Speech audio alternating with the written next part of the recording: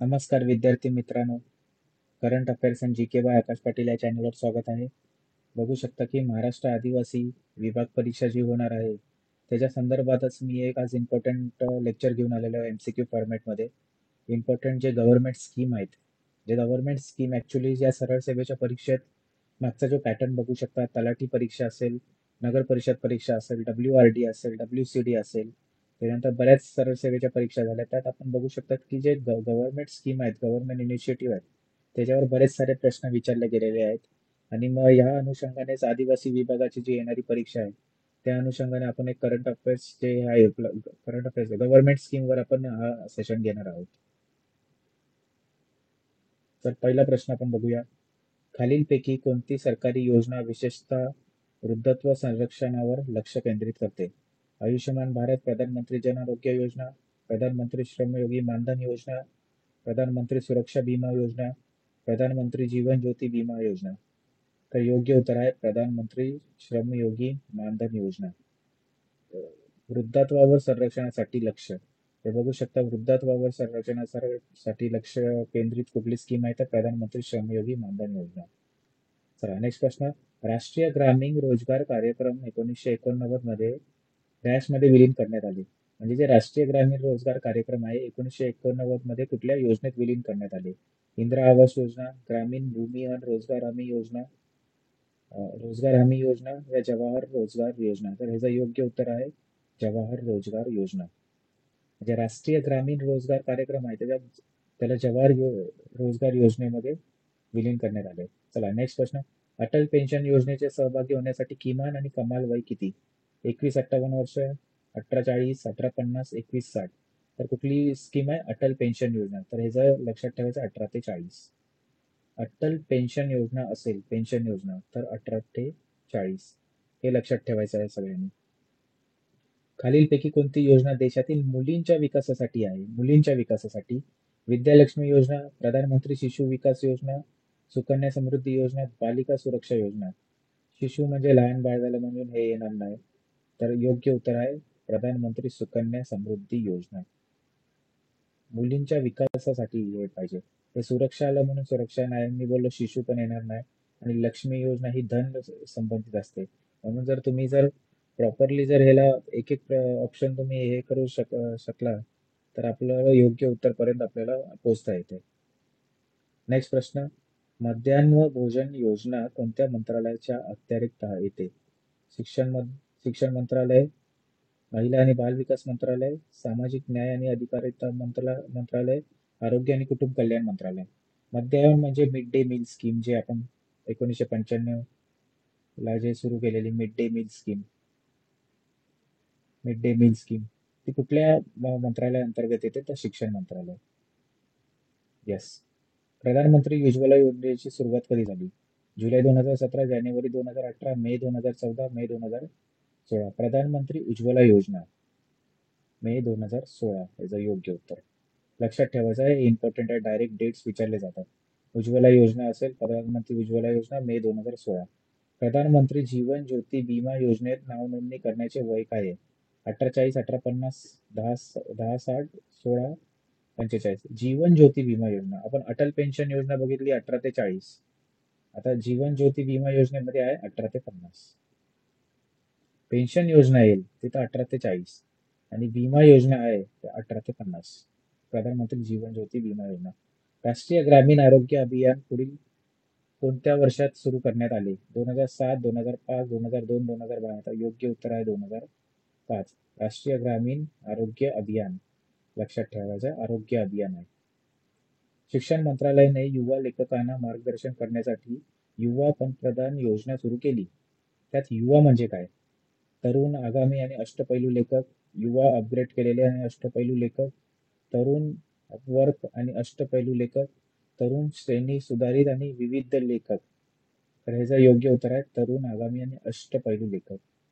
युवा, तरुण, आगामी आणि अष्टपैलू लेखक. येस. चला नेक्स्ट. मनरेगा कधी सुरू करण्यात आली? 2004, 2005, 2006, 2000. हा एकदम सोपा प्रश्न आहे. 2006. बऱ्याच परीक्षेत येऊन गेलेला हा प्रश्न आहे. मनरेगा आपल्याला लक्षात ठेवायचं 2006 ला स्कीम ही सुरू झाली. संसद आदर्श ग्राम योजना कधी सुरू करण्यात आली? 2014, 2015, 2016, 2017. तर योग्य उत्तर आहे 2014ला. संसद आदर्श ग्राम योजना, SAGY आपण बोलतो या स्कीमला. प्रधानमंत्री जनधन योजना कोणत्या वर्षी सुरू करण्यात आली? 2013, 14, 15 आणि 16. जनधन योजना बघू शकता, नरेंद्र मोदी कधी आले निवडून? 2014ला पंतप्रधान झाले. मग त्याच्यानंतरच ही स्कीम सुरू झाली. मग 13 तर हे करून टाका. मग ह्याचं योग्य उत्तर असणार 2014. आल्याबरोबर ज्या पहिल्या दोन स्कीम आहेत, प्रधानमंत्री जनधन योजना आणि प्रधानमंत्री सुरक्षा विमा योजना, या दोन योजना राबवण्यात आलेल्या आहेत. मग लक्षात ठेवायचं आहे. त्याच्यानंतर मग मेक इन इंडिया असेल, मेड इन इंडिया, या सगळ्या स्कीम सुरू झाल्यात. 2015 मध्ये स्वच्छता कार्यक्रमांतर्गत अमृत अभियान सुरू करण्यात आले.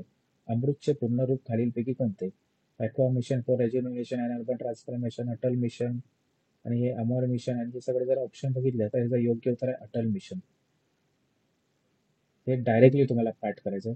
Atal mission for rejuvenation and urban transformation, पुनरुज्जीवन आणि शहरी परिवर्तनासाठी अटल मिशन.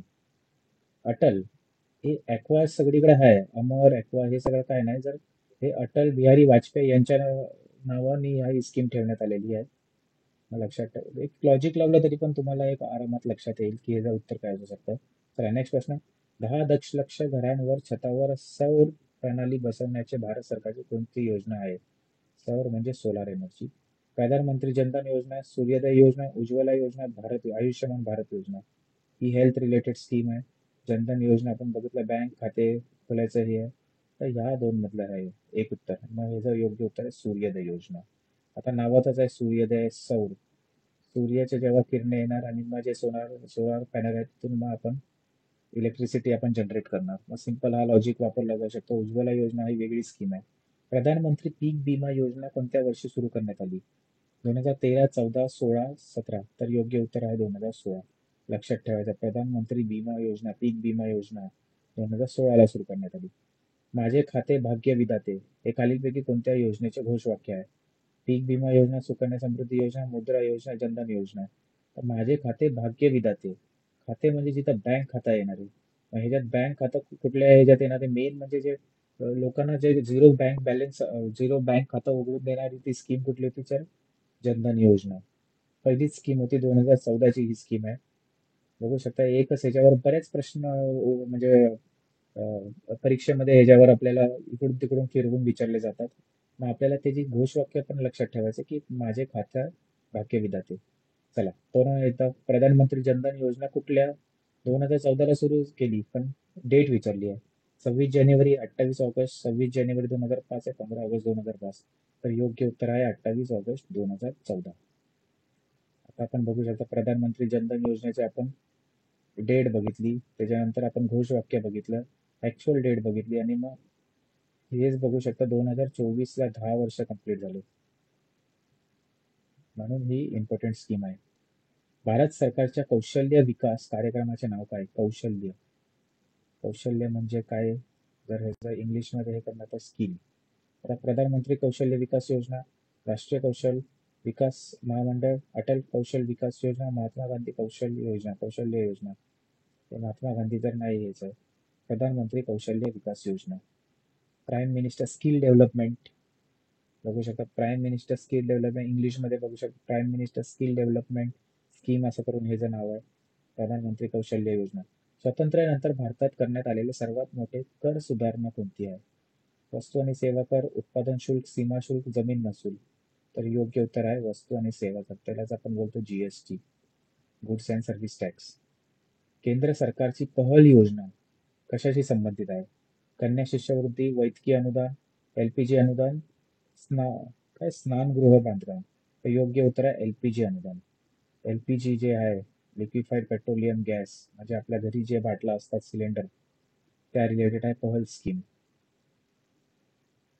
भारत सरकारच्या खालीलपैकी कोणत्या ग्रामीण गृहनिर्माण योजनेची पुनर्रचना प्रधानमंत्री ग्रामीण आवास योजनेत करण्यात आली आहे?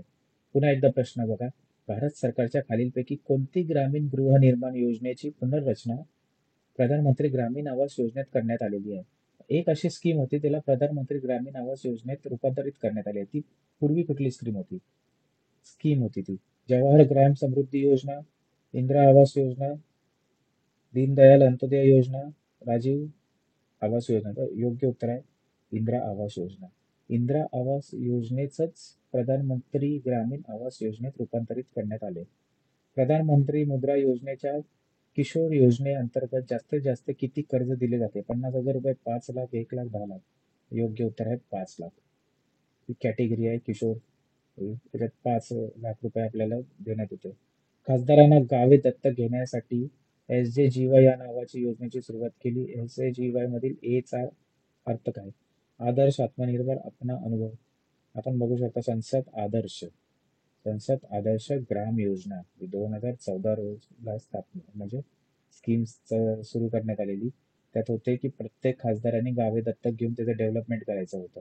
मग ह्याच्यावरच मध्यंतरी प्रश्न विचारलेला होता की सचिन तेंडुलकर यांनी कुठले गाव दत्तक घेण्यात आले होते. मग निश्चितच हे लक्षात ठेवा की 2014 ही स्कीम झाली आणि संसद आदर्श ग्राम योजना. येस, संसद आदर्श ग्राम योजना खालीलपैकी कोणत्या प्रसिद्ध व्यक्तीच्या जन्मावर 2014 मध्ये सुरू करण्यात आली होती? हा प्रश्न कुठंच विचारला गेलेला नाहीये आणि हा येण्याचे चान्सेस आहेत. येणारे MPSC ची पण परीक्षा असो या सरळ सेवेची परीक्षा असो, हा प्रश्न येऊ शकतो.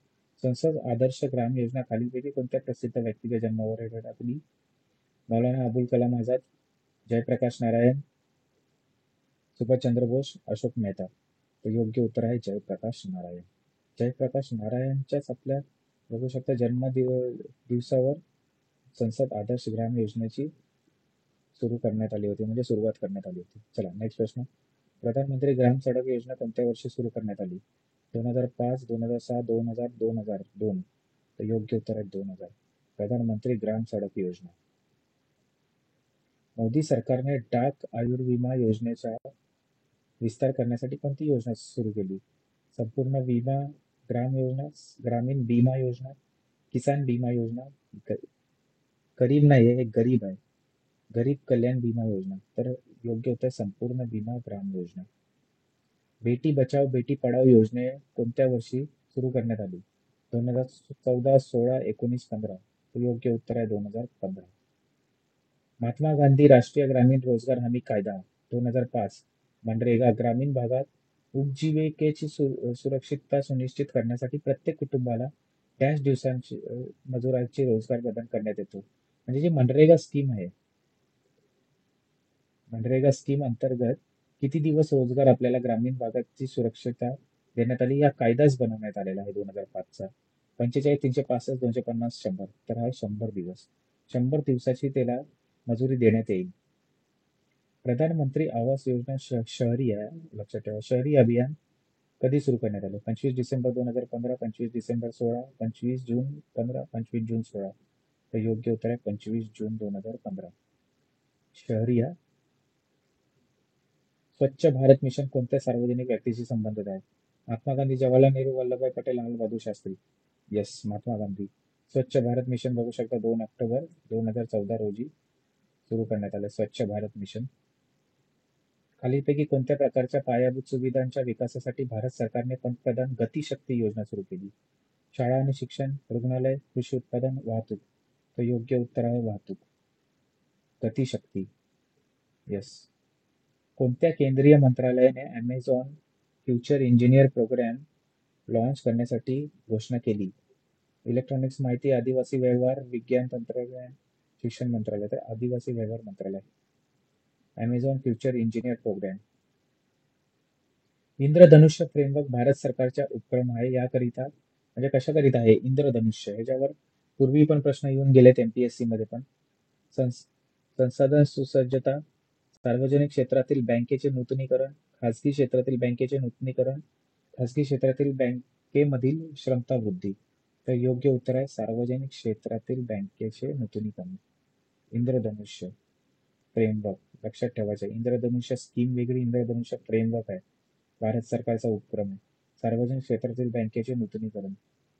दीनदयाळ उपाध्याय अंत्योदय योजना डॅश म्हणून ओळखली जाते?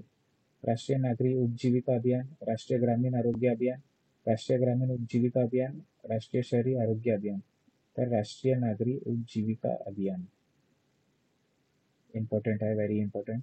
दीनदयाल उपाध्याय अंत्योदय योजनेलाच राष्ट्रीय नागरी उपजीविका अभियान बोलतो. नागरी लक्षात ठेवायचा. दीनदयाल उपाध्याय नागरी. इंद्रधनुष्य मिशनचे मुख्य उद्देश काय आहे? आपण तिथं इंद्रधनुष्य फ्रेमवर्क बघितला, जे 2 प्रश्न पाठी होते. इंद्रधनुष्य फ्रेमवर्क सार्वजनिक क्षेत्रातील बँकेचे नूतनीकरण लक्षात ठेवायचं आहे. आणि आता हा प्रश्न काय आला? इंद्रधनुष्य मिशनचे मुख्य उद्देश काय? शहरी कुटुंबांना मूलभूत सेवा पुरवणे, मुलींना उच्च तांत्रिक शिक्षणासाठी प्रोत्साहन देणे, समान पदासाठी समान पेन्शन प्रदान करणे, सर्व बालके आणि गर्भवती महिलांचे लसीकरण. यस, आन्सर इज दिस. सर्व बालके आणि गर्भवती महिलांचे लसीकरण.